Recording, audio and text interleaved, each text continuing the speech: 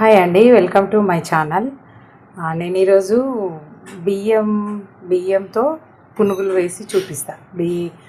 బియ్యం నానబెట్టుకొని చేసి అది ప్రాసెస్ ఎలా అన్నది మీకు చూపిస్తాను. అందులో వేయాల్సిన ఐటమ్స్ అది ఎలా చేయాలి అనేది నేను మీకు క్లియర్గా చెప్పి ఎంతవరకు ఏమేమి వేయాలి అన్నది అన్నీ క్లియర్గా చూపిస్తాను అండి. బియ్యం పునుగులకు కావాల్సిన ఐటమ్స్ అండి. 1 కప్పు బియ్యము ఒక 2 అవర్స్ నానబెట్టుకోవాలి. ఏ బియ్యమైనా పర్లేదు.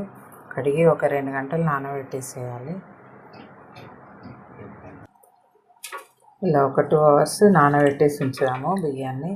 తర్వాత మిగిలిన ప్రాసెస్ చూపిస్తాను అండి. బియ్యం పునుగుల కోసము బియ్యం నానబెట్టాం కదండి. ఇది 2 అవర్స్ అయింది. ఇది కడిగేసుకొని నీళ్ళు అన్నీ తీసేసి మిక్సీలో వేయాలి. ఎక్కువ తడి లేకుండా చూసుకోండి. ఈ రైస్ అంతా మిక్సీ జార్లో వేసుకున్నాము. నీళ్ళు కొంచెం ఎక్కువ పడనియొద్దండి, పల్చగా అయిపోతే మళ్ళీ పునుగులు వేసుకోవడం కష్టం అవుతుంది. ఇది మిక్సీ పట్టేసుకుందాం.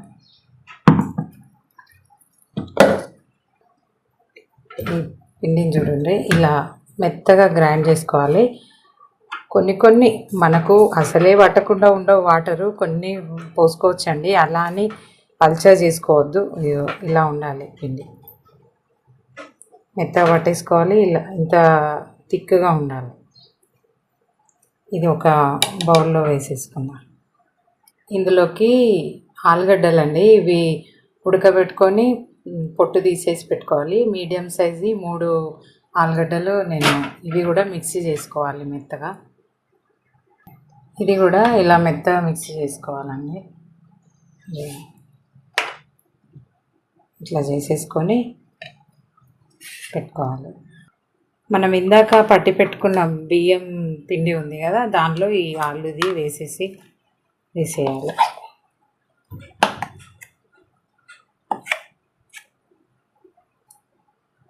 ఇది ఇప్పుడు మంచిగా కలిపేసుకోవాలి.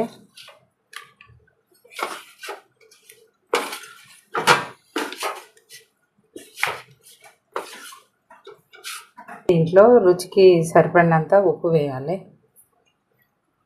సన్నగా కట్ చేసుకున్న 4 మిరపకాయలు, కట్ చేసిన ఉల్లిగడ్డలండి ఒక 2, ఒక క్యారెట్,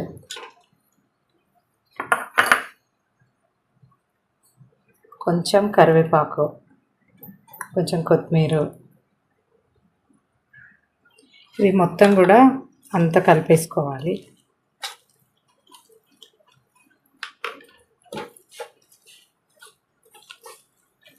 దీనిలో మొత్తం కలిసిపోయేటట్టు కలపాలండి. ఇది మొత్తం కలిసిపోయే విధంగా అంతా కలిపేసుకోవాలి. కలిపి ఇది ఒక 15 నిమిషాల వరకు పక్కన పెట్టేసుకోవాలి. మూత పెట్టేసి ఒక 15 నిమిషాలు పక్కన పెట్టేసుకుందాం. ఈ పిండి నానిందండి, 15 నిమిషాలు అయింది.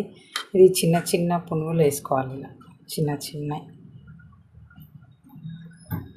ఇవి కొంచెం మీడియం హీట్ మీద ఆయిల్ పెట్టేసుకొని ఇట్లా వేసుకోవాలండి.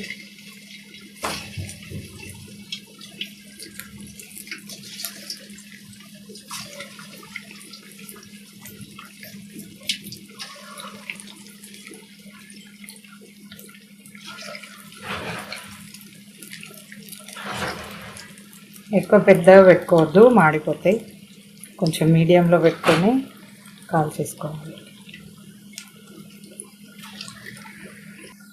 ఇలా కొంచెం గోల్డెన్ రంగులోకి రాగానే తీసేసుకోవాలి.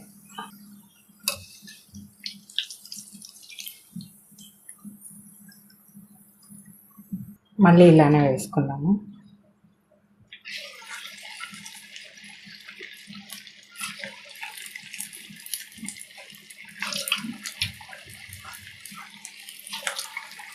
అన్నీ కూడా ఇలానే చేసుకోవాలండి.